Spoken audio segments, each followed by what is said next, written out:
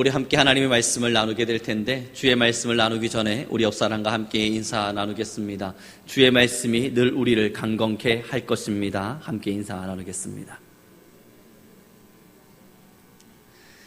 그렇습니다. 주님의 말씀이 우리를 강건케 할 것인데, 하나님의 말씀을 들음으로 말미암아 우리의 육체가 강건해지는 건 아닐 겁니다.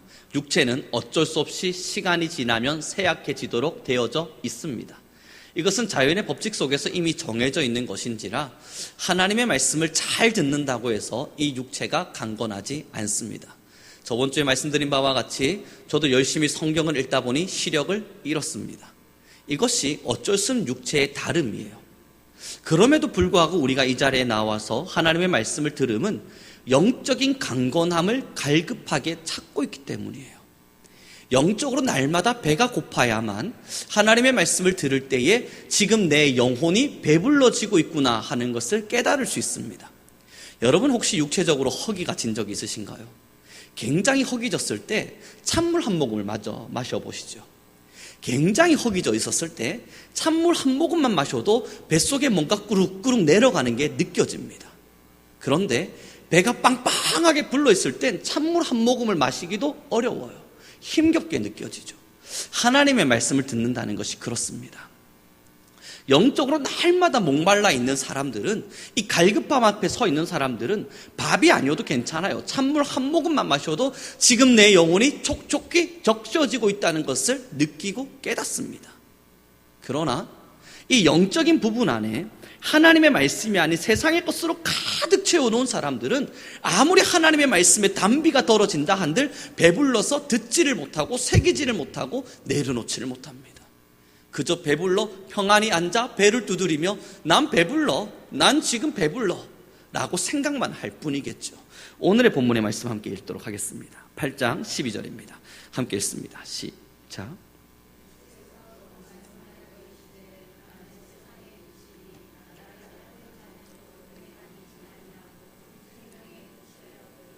아멘. 이 8장 12절의 말씀에 예수님께서 자기 자신을 나는 세상의 빛이다 말씀을 하시곤 나를 따르게 되면 어둠과 함께 지내지 않을 것이다 라고 말씀을 하게 주십니다. 근데 그 이전에 무슨 사건이 있었는지가 좀 중요할 텐데, 우리 너무나 잘 알고 있는 가늠한 여인이 잡혀옵니다. 그래서 예수님께 물어요. 이 여인을 어떻게 할까요? 우리 잘 알지 않습니까? 그때 예수님께서 땅에다 무언가를 쓰십니다. 뭘 썼는지는 명확히 성경이 드러나지 않지만 무언가를 쓰시고 자리에서 일어나서 말씀하시죠. 너희 중에 죄 없는 자가 먼저 돌로 치라. 그랬더니 그 주변에 이 여인을 죽이기 위해서 달려들었던 많은 사람들이 떠나갑니다. 그리고 나서 11절의 말씀입니다. 함께 읽겠습니다. 시작.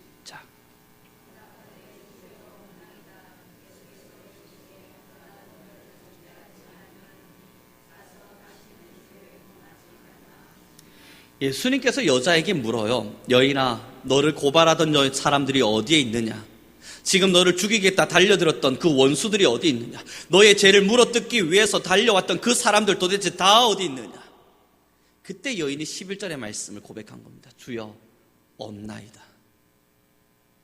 그때 예수님께서 다시 말씀을 해주시면서 그러면 너도 이제 가서 다시는 죄를 짓지 마라.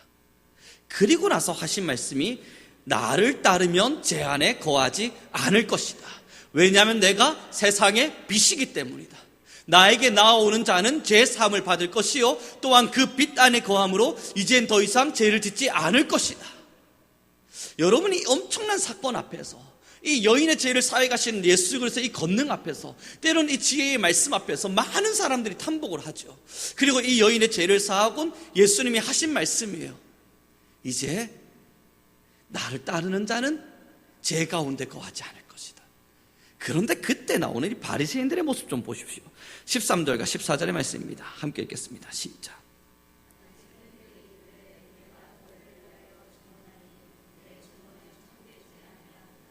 예수께서 대답하여 이르시되 내가 나를 위하여 증언하여도 내 증언이 참되니 나는 내가 어디서 오며 어디로 가는 것을 알거니와 너희는 내가 어디서 오며 어디로 가는 것을 알지 못하느니라. 아멘. 그리고 17절을 제가 읽어드리면요, 너희 율법에도 두 사람의 증언이 참되다 기록되었으니. 이게 지금 무슨 말이냐면, 그냥 제가 쉽게 요약을 해서 말씀을 드려보면, 이 유대교 사람들은 자기 자신이 누군지를 설명하려면, 내가 얼마나 대단한 사람인지를 보여주려면 그거를 설명해 줄 수 있는 증인 2명을 세워야만 했었습니다. 그래서 이 증인 2명이 와서 A라고 하는 사람은 진짜 훌륭한 사람이에요 라고 말을 해줄 때, 그제서야 이 사람이 훌륭하구나 라고 인정을 해주는 거예요. 그런데 오늘 12절의 말씀 속에서 예수님 스스로 자기 자신을 변호하면서 나는 세상의 빛이다, 나를 믿는 자는 어둠 가운데 거하지 아니할 것이다 라고 이야기하자 바리새인들이 와서 묻는 겁니다. 너는 증인 2명이 없지 않느냐, 너 스스로 너가 위대하다 말하는데 그건 참될 수가 없다. 여러분, 이걸 좀 기억해 봐 주세요. 지금 한 여인이 죽을 뻔했어요. 많은 사람들로부터 죽임을 당할 뻔했어요. 그리고 예수님께서 그를 회복시켜 주시곤 제 사함을 일으켜 주시곤 일어나서 이제 너는 돌아가 다시는 죄를 짓지 마라, 엄청난 역사와 일들을 일으켜내셨어요. 그리고 나서 나는 세상의 빛이다 라고 말했더니, 성경의 학자라 불려지는, 때로는 유대인들을 가르치는 학자라 불려지는 바리새인들이 와서 하는 이야기가 당신의 말은 거짓말입니다 라고 이야기를 하는 겁니다. 여러분, 이제 이 말씀까지 우리가 기억한 이후 이제 우리의 신앙을 돌이켜봐야만 합니다. 하나님의 말씀 안에 서서 저와 여러분 모두가 사실은 죄사함을 받은 사람들입니다. 우리 모두가 이 가늠한 여인과 같이 예수 그리스도의 사랑 안에서, 하나님의 그 빛대심 안에서 죄사함을 받은 사람입니다. 우리 여기서 하나님의 죄사함을 나는 받지 않았는데, 나는 아직까지 주님의 죄사함을 경험해 본 적이 없는데, 하나님이 나의 죄를 사했다고 나는 그걸 믿을 수가 없는데 라고 말할 수 있다면 우리는 신앙을 다시 시작해야만 할 것입니다.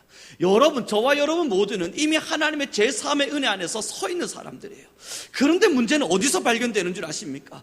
또 다른 누군가에게 하나님의 은혜가 비추어질 때, 그리고 하나님께서 누군가에게 하나님의 살아계심을 드러낼 때 우리는 또 소리쳐 이야기합니다. 너가 정말 하나님을 믿는 게 맞아? 내가 알고 있는 성경적 지식 속에서는 너가 하나님을 믿는 게 아닐 텐데.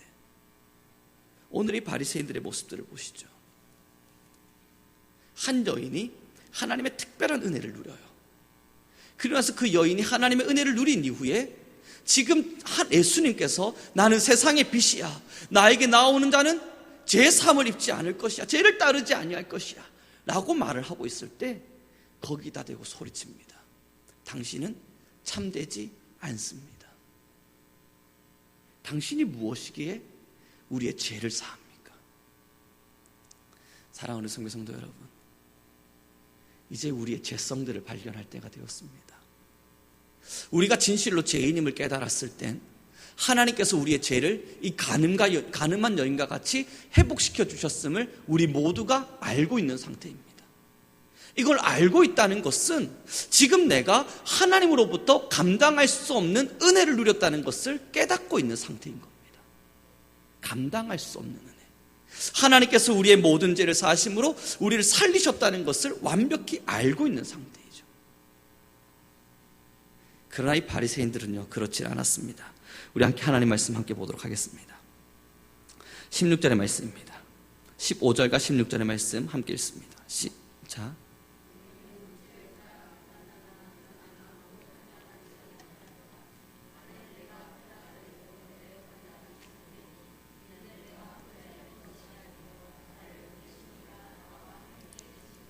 아멘. 이 바리새인들은 예수 그리스도의 음성과 말씀이 던져졌을 때 그것에 대한 판단을 세상적 지식, 자신들이 가지고 있는 지식으로 예수님의 말씀을 판단하고 있습니다. 이제 우리의 믿음 안에 서서 하나님께 나아가는 우리의 발걸음이 어떠한 신앙 안에 서 있는가를 점검해 볼 때, 지금 우리가 하나님의 말씀 안에서 정말 처음과 같이 갈망함이 있다면요, 우리의 마음 안에 하나님의 말씀에 대한 갈망함이 있다면 이제 지금 우리가 생각되어지는 세상적 지식은 벗겨질 것입니다.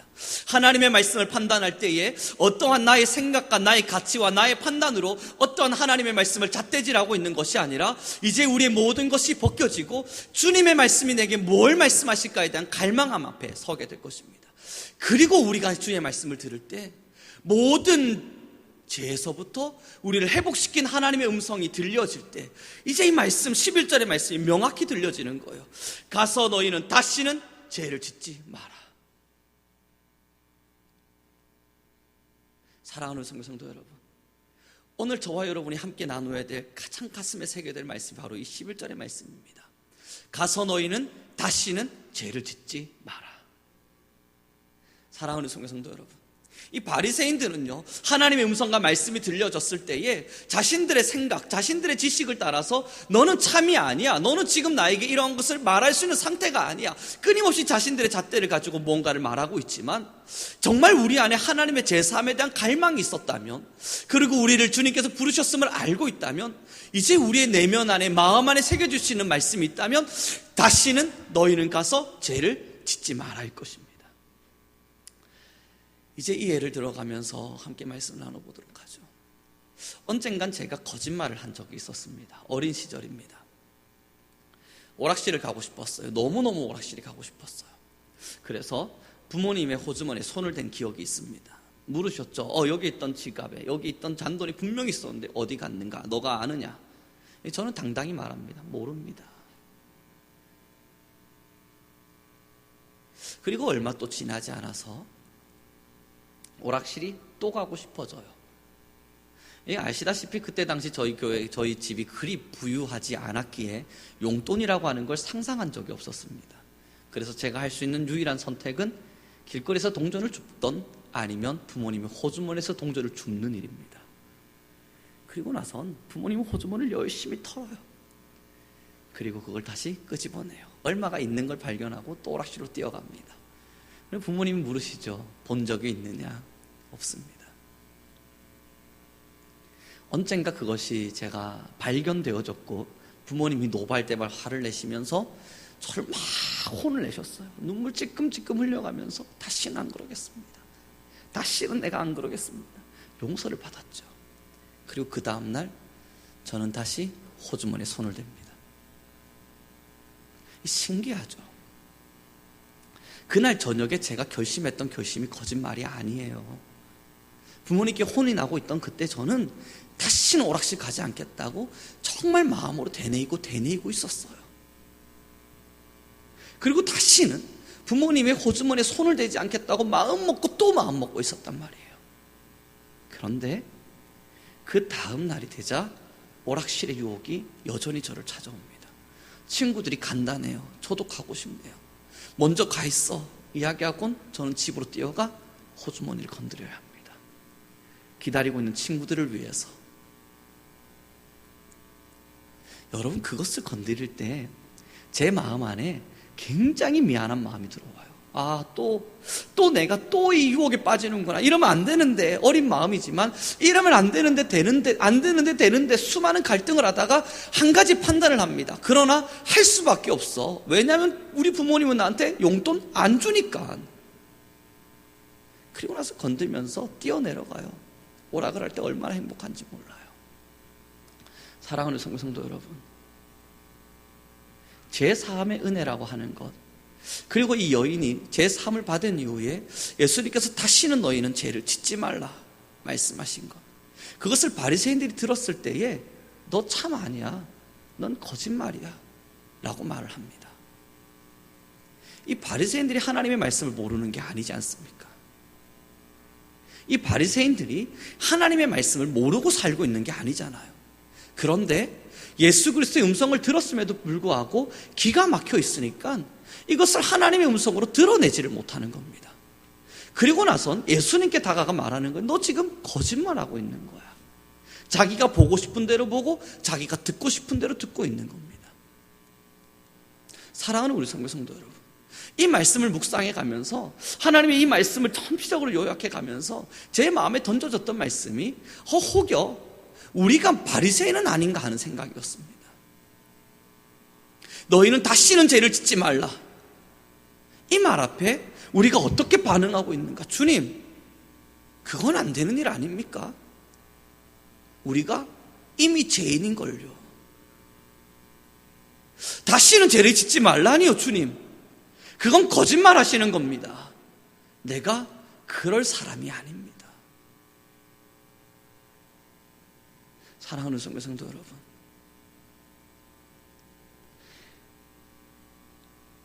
바리새인들은 그렇게 주님을 정죄하고 판단할 때 예수님께서 하시는 말씀이 여기 있습니다.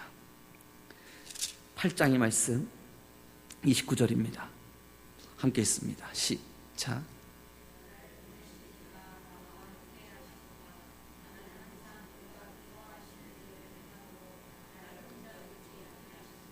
아멘. 그리고 24절의 말씀을 제가 읽어드리겠습니다. 그러므로 내가 너희에게 말하기를 너희가 너희 죄 가운데서 죽으리라 하였노라. 너희가 만일 내가 그인 줄 믿지 아니하면 너희 죄 가운데서 죽으리라. 이 말씀과 함께 우리가 또한 봐야 할 것이 32절의 말씀입니다. 함께 있습니다. 시작.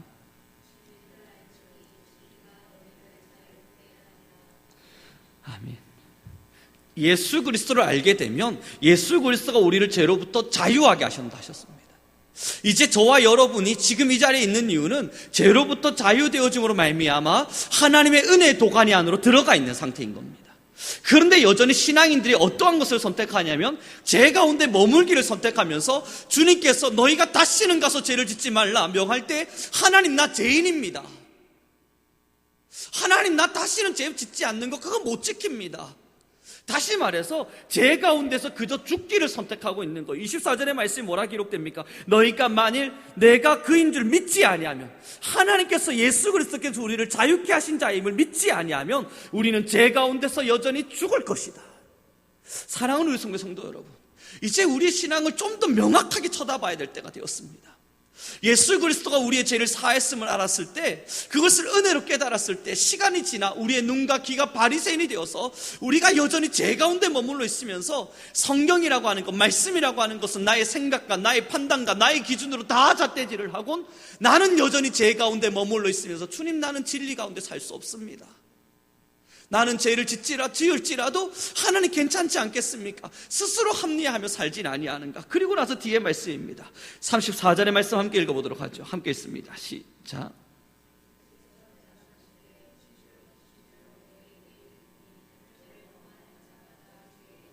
(34절의) 말씀에 뭐라 기록됩니까? 죄를 범하는 자마다 죄의 종이니라. 하나님의 종이 아니라는 거예요. 그러므로 하나님의 자녀된 우리는 다시는 죄를 짓지 말라는 하나님의 그 음성 앞에서 경각심을 갖고 살아갈 수밖에 없습니다. 혹여 우리의 어떠한 작은 행동 하나가 죄가 될까 싶어 그 경각심 속에서 두렵고 떨림으로 살아낼 수밖에 없습니다. 사랑하는 성도 여러분, 이제 이 말씀을 좀 잘 기억해 주셨으면 좋겠습니다. 두 부류의 신앙인들이 있습니다.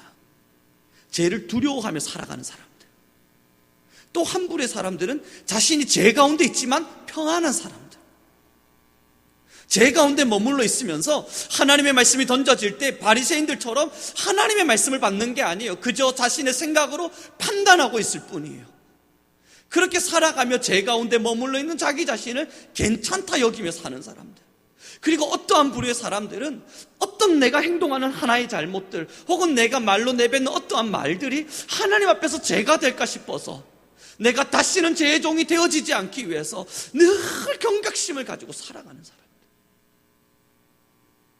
제가 언젠가 오락실을 가는 것을 끊었습니다. 한순간에 끊었어요. 정말 오락을 좋아했고 게임도 참 좋아합니다만 오락실을 가는 것을 끊었습니다. 그것들을 제가 생생하게 기억을 하는데, 그 오락실에 가서 열심히 오락을 하고 있고 이제 올라왔습니다. 그래서 부모님한테 혼이 나고 나서 제가 다음 날 다시 오락을 하러 가야겠다 라고 생각을 하고 집에 있는 호주머니를 털고 있었을 때,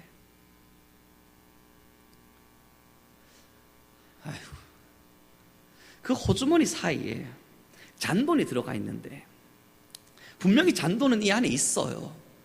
근데 호주머니를 아무리 눌러도 잔돈이 안 잡히는 겁니다. 이상하죠? 잔돈을 막 흔드는데 잔돈이 있는데 호주머니에 손을 넣는데 잔돈이 없는 거예요. 그리고 나서 이상하다 생각해서 손을 계속 집어넣는데 저희 부모님의 그 마이 호주머니 사이가 빵꾸가 나 있었던 거예요, 구멍이. 그래서 그 사이로 잔돈이 빠져서 이 마이 밑에 그 잔돈들이 매여 있고 그 옷 밑으로 들어가 있어서 호주머니를 아무리 뒤져도 잔돈을 만져지지 않은 채 이 밑에 잔돈이 있는 겁니다. 그리고 나서 제가 이걸 끄집어내야겠는데 이걸 어떻게 할까 하면서 손가락을 막 쑤셔 넣다가 따닥따닥 벌어지는 게 느껴지잖아요. 그때 제 안에, 그래도 저도 그때 당시에 신앙인이었던지라 양심의 하나님에 대한 찔림의 소리가 나는 거예요. 부모 옷이 이렇게 찢어져가지고 잔돈이 다 새서 그 밑에 기어 들어가 있는데 그거 어떻게든 끄집어내겠다고 더 뜯어내고 있는 제 모습, 그 부모 옷이 또 뚝뚝 더 뜯어지고 있는데 그걸 더 뜯어내서 이 100원 하나 가져가겠다고 그 난리를 치고 있는 제 모습이 갑작스럽게 너무 비참하게 느껴지는 겁니다. 내가 이게 뭐라고 지금 이 난리를 치고 있나, 정말 비참하게 느껴지는 거예요. 그리고 그때부터 오락실을 가지 않았습니다. 아직까지는. 사랑하는 성도 여러분, 결국 신앙인이 느껴야 될 가장 감사한 마음은 비참함이에요. 신앙 우리가 가져야 될 가장 감사한 마음은 비참함이에요. 그 이 말씀을 기억하고 다시 여인에게도 돌아가는 겁니다. 모든 사람들이 이 여인을 죽이기 위해서 달려들었습니다. 이제 인생의 모든 것이 끝난 상태예요. 그리고 나서 무릎 꿇고 쭈그려서 언제 죽을까 고개 쳐박고 있었겠죠. 사람들은 그 여인을 비난하면서 죽여라 소리치고 있었겠죠. 얼마나 민망했겠습니까? 얼마나 비참했겠습니까? 그 범죄 현장에서 잡혔으니까. 그리고 온 동네 마을 사람들의 주민이 바라보는 가운데에서 고개 빳빳이 들고 있었겠습니까? 아니에요. 고개를 무릎 밑에 콱 숙여두곤 난 이제 죽었다 그러고 있었을 때, 알 수 없는 비참함 속에 끝자락에 서 있었을 때 그를 구원하신 이가 누굽니까? 여인아 일어나라. 너를 정죄하던 자들이 어디 있느냐? 아무도 없습니다. 너도 이제는 다시는 죄를 짓지 마라. 죄에 대한 비참함, 죄를 짓고 난 이후에 우리의 삶이 어디까지 망가질 수 있는지, 죄를 짓고 난 이후에 내 영적인 상태가 어디까지 나태해질 수 있고 내 영적인 상태가 어디까지 처참해질 수 있는지, 이 비참함을 느낀 자는 다시는 죄를 짓기를 싫어합니다. 그래서 하나님의 말씀이 우리를 자유케 함을 느껴요.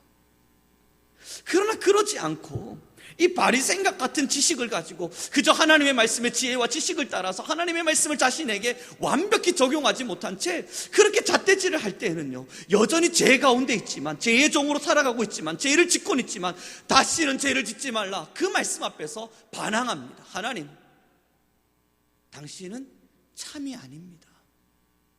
진짜가 아닌 듯합니다. 사랑하는 성도 여러분, 오늘의 말씀의 제목을 한번 쳐다봐 주십시오. 오늘 수요예배 제목이 포기하지 않는 신앙입니다. 이 말씀의 제목 자체를 통해서 우리가 다시 또 생각해 볼 수 있는 것, 매일매일 죄로 비참해져 버린 우리의 영혼의 영적 상태를 포기하지 마셔야 합니다. 사랑하는 성도 여러분, 이제 신앙 안에서 진리가 우리를 자유케 한다는 것은요, 우리가 넓디 넓은 초목에서 풍요로운 잔디밭이 깔려있는 어떠한 현장 속에 무슨 마음껏 뒤놀고 있을 때 주인의 아름다운 목소리가 들려서 얘야 부를 때 막 뛰어가면서 사랑하는 주님 품에 푹 안기는 장면, 그 상상들을 다 지우시기 바랍니다. 진리가 우리를 자유케 한다는 것은 하나님의 족쇄에 우리가 꼭 차여져 있는 거예요. 그래서 주님 나 저리로 가겠습니다 하는데 못 가게끔 이 족쇄가 꽉 차 있는 겁니다. 그러고 나서 주님께 묻는 거예요. 주님, 내가 내 마음대로 살겠다는데 왜 나를 못 살게 합니까? 그때 주님이 하시는 말씀이 진리가 너를 자유케 하리라. 지금 너는 그 죄를 향해서 죄의 종이 되기 위해서 달려가려 하지만 내 품을 떠나지 마. 나와 늘 함께 있어. 그래야 너가 진짜 진리를, 진짜 자유를 누릴 수 있게 돼. 그것입니다. 여러분, 그러므로 지금 여러분들의 손목에 하나님의 말씀의 족쇄를 채워야만 하는 거예요. 그리고 나서 내가 죄인으로 살면 안 된다. 나는 죄에 빠질 수 없다. 나는 죄로부터 자유해야만 한다. 나는 저것을 바라보면서도 내 시선을 하나님께만 둬야만 한다. 그 족쇄를 즐길 수 있으셔야만 합니다. 그리고 주님께 향해서 하나님, 이 족쇄 도대체 언제 풀리는 겁니까? 나 저 세상을 향해 달려가고 싶습니다. 그때 주님이 음성처럼 들려주시는 말씀이에요. 나와 함께 있으렴. 그래야 너가 자유로울 것이야. 사랑하는 성도 여러분, 이제 두 부류의 종으로 우리는 나눠질 수 있습니다. 하나님의 종이 되기를 원하십니까? 죄의 종이 되기를 원하십니까? 하나님의 종이 된다는 것은 죄로부터 구분되어져서 하나님의 족쇄 안으로 들어가는 겁니다. 죄의 종이 된다는 것은 하나님으로부터 구분되어져서 죄의 족쇄를 차고 살겠다는 겁니다. 죄를 이겨낼 재간이 없어요. 죄가 죄인 줄 깨달을 수 있는 능력도 없어요. 하나님의 말씀을 받아들일 수 있는 지혜도 없어요. 하나님의 말씀을 통해서 은혜를 누릴 수 있는 은혜도 없어요. 하나님의 말씀을 들어가면서 기뻐할 수 있는 영광도 없어요. 이것이 죄의 종입니다. 오늘의 본문입니다. 다시 한 번 더 읽어보기를 소망합니다. 이제 31절과 32절의 말씀을 함께 읽겠습니다. 시작.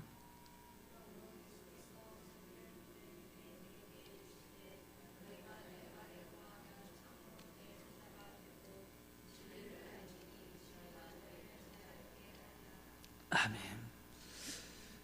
너희가 내 말에 거하면 참으로 내 제자가 되고 진리를 알지니 진리가 뭔지를 알게 될 것이니 그 진리가 너를 자유롭게 할 것이다. 사랑하는 성도 여러분, 이제 우리는 신앙을 다시금 기억해 봐야만 합니다.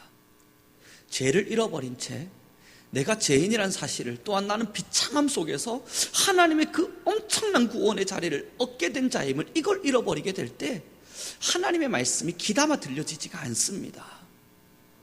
우리가 비참한 죄인이었음을 우리가 완벽히 깨달을 수 없을 때 다시는 너희는 죄를 짓지 말라는 그 말씀이 그렇게 심각성 있게 들려지지 않습니다. 가장 정확하게는 바리새인이 돼버립니다. 이건 저의 경험이기도 하고 아마 많은 성도님들이 다 경험하실 겁니다.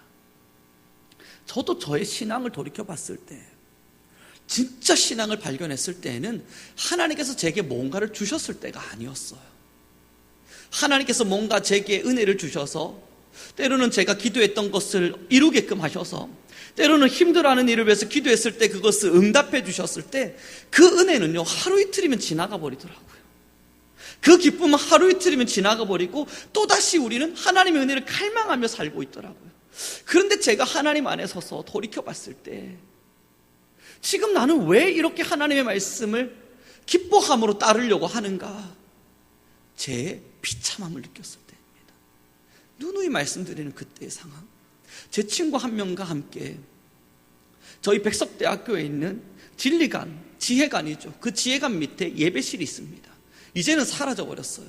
그 예배실 밑에서 밤새마다 기도할 때 이 심령 안에 내가 얼마나 비참한 죄인이었는지를 철저하게 깨닫게 하신 하나님. 그리고 지금도 마찬가지인 것 같습니다. 하나님 앞에 완벽히 매이는 순간은 내가 죄인이었음을 다시 깨닫는 순간이에요. 그래, 나 같은 죄인을 주님이 살리셨다. 나 같은 죄인을 주님이 살리셨다. 사랑하는 성도 여러분, 신앙은 죄의 비참함 앞에 서는 것부터 시작됩니다. 그 죄의 비참함 속에 서서 하나님이 나를 이렇게 비참했던 나를 살려내 주셨구나. 하나님이 나를 이 죄로부터 살아나게끔 하셨구나. 그것을 알게 될 때 바리새인이 아니라 진짜 신앙인으로 하나님의 말씀이 사랑으로 들려지기 시작합니다. 그러지 않을 때는요, 이 죄의 비참함이 없었을 때에는요, 그래서 내가 죄인이란 사실을 깨닫지 못할 때는요, 하나님의 음성이 들려질 때 어떤 것은 수용하고 어떤 것은 내팽겨치게 됩니다. 어떤 것은 받아들이게 되고 어떤 것은 받아들이지 않게 됩니다. 또한 예배하는 현장 속에 서서 하나님의 말씀을 들을 때에도 은혜라고 하는 것이 영적인 회복을 통해서 일어나는 은혜가 아니라 그저 우리의 육체적인 어떠한 기쁨을 통한 은혜를 은혜라고 착각하는 형상이 일어나게 됩니다. 그러나 이 시간을 통해서 다시 일어나기를 원합니다. 우리가 절대 포기하지 말아야 될 신앙은 영적인 회복이에요. 영적인 진실한 회복이 원한다면 우리가 얼마나 죄인인지를, 그 죄인 속에서 우리가 얼마나 비참한 존재였는지를, 또한 우리는 무릎 꿇고 하나님 앞에 일어날 수 없는 존재였는지를 깨달아지게 될 때 그 죄 가운데서 우리를 살리시고 그 죄 가운데 살리신 하나님 앞에 부끄럽지 않기 위해서 날마다 경각심을 가지고 살아가는 우리가 있을 때 그것을 은혜라 깨달을 수 있게 됩니다. 그리고 이 예배 현장 안으로 나왔을 때 우리는 주께 고백하는 거예요. 나 같은 죄인 살리신 주 은혜 고마워. 잃었던 생명 찾았고 강명을 얻었도다. 그리고 예배를 통해 마음의 손을 들고 영적인 손을 들고 주님, 내가 또 주님께 나왔습니다. 말씀을 마무리 짓기를 소망합니다.